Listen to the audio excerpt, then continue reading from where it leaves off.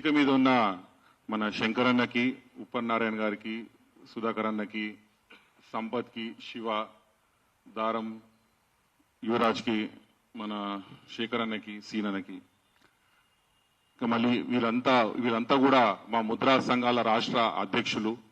అన్ని సంఘాలు కలిసి మేము సమావేశం చేసుకొని ఈరోజు ఈ ప్రెస్ మీట్ పెట్టడం జరిగింది. ముఖ్యంగా ఇప్పుడున్న ప్రభుత్వం ఏదైతే కాంగ్రెస్ ప్రభుత్వం ఉందో, ఈ ప్రభుత్వం వచ్చిందే గద్దె మీదకి పాలనకి కేవలం ముద్రాజుల వల్లనే ఈ ప్రభుత్వం వచ్చిందని మరవద్దనేసి ఈ రేవంత్ రెడ్డి గారికి, సీఎం గారికి చెప్తున్నాను, తెలియజేస్తున్నాను, గుర్తు చేస్తున్నాను. ఎందుచేత అంటే ఇంతకు ముందున్న ప్రభుత్వం ఏదైతే కేసీఆర్ గారి ప్రభుత్వం ఉండనో, మా ముద్రాజులని 10 సంవత్సరాలు వాడుకొని మాకు రాజకీయంగా మాకు ఉండొద్దని చెప్పేసి ఒక్క టికెట్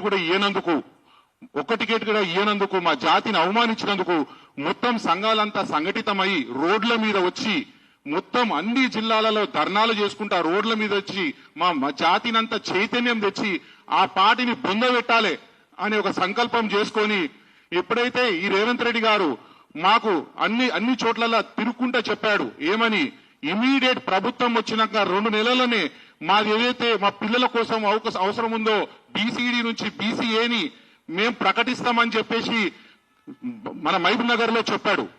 అది 15 నెలలు అవుతున్నది, ఇంతవరకు కూడా బీసీడీ నుంచి బీసీఏ అనేది ప్రకటించలేదు. దాంతో పాటు అప్పుడు ఒక టికెట్ కూడా మాకు ఇవ్వలేదు. కానీ కాంగ్రెస్ టికెట్ కూడా ఒకటే ఒక టికెట్ ఇచ్చింది మా ఎమ్మెల్యేలకు. అది కూడా మా ముద్రా జాతి అంతా కూడా గెలిపించుకొని మేము ఆ బిడ్డని గెలిపించుకున్నాం మేము. దాంతో పాటు మొత్తం 1 వేగా మా జాతి మొత్తం కాంగ్రెస్ కి ఓటేసి ప్రభుత్వం మీద కూర్చోబెట్టాం. అది కూడా మొన్న కులగలలో కూడా తెలిసింది ఏంటి, మొత్తం బీసీలలో కూడా ఫస్ట్ ముద్రాజ్ అని చెప్పారు.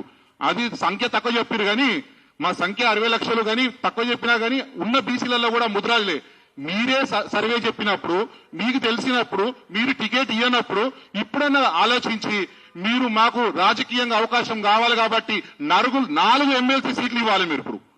మీరు 4 ఎమ్మెల్సీ సీట్లు ఇవ్వాలి, దాంతో పాటు 2 మంత్రులు ఇవ్వాలి. ఇది మా ఫస్ట్ డిమాండ్. ఫస్ట్ వచ్చేసి బీసీడీ నుంచి బీసీఏ, తర్వాత 4 ఎమ్మెల్సీలు, 2 మంత్రి పదవులు మీరు ఇస్తే గాని ఈ ప్రభుత్వం ఉంటది.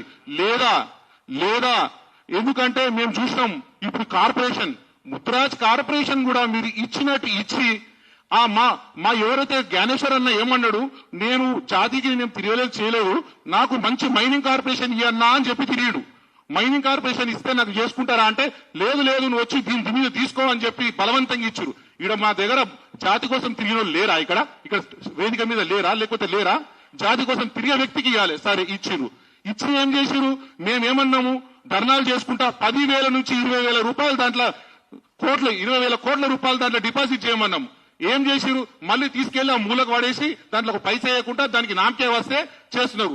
ఇదేమనిపిస్తుందంటే మీ ప్రభుత్వం దృష్టిలో ఏం ఆలోచిస్తారంటే వీళ్ళకి ఏదో ఐవాష్ చేస్తే సరిపోతుందని అనుకుంటున్నారు. మీరు దయచేసి మీకు ఇప్పుడే చెప్తున్నాను మేము మళ్ళొక్కసారి సమావేశం చేసుకుంటున్నాము, కార్యాచరణ కూడా ప్రిపేర్ చేస్తున్నాము, మళ్ళీ రోడ్ల మీదకి వస్తాము. రోడ్ల మీదకి వచ్చి ఇప్పుడు జరగబోయే స్థానిక ఎలక్షన్ లో కూడా మొత్తం కాంగ్రెస్ ని బైకాట్ చేసేస్తాం. మొత్తం బైకాట్ చేసేసి ఎవరు జాతికి ఇస్తారో, ఎవరు బీసీలకు, ఎవరు ముద్రాజులకు ఇస్తారో వాళ్ళ పక్షానే ఉంటాము, వాళ్ళనే గెలిపించుకుంటాము. ఇది మా డిమాండ్ అనుకోండి, అల్టిమేటం అనుకోండి.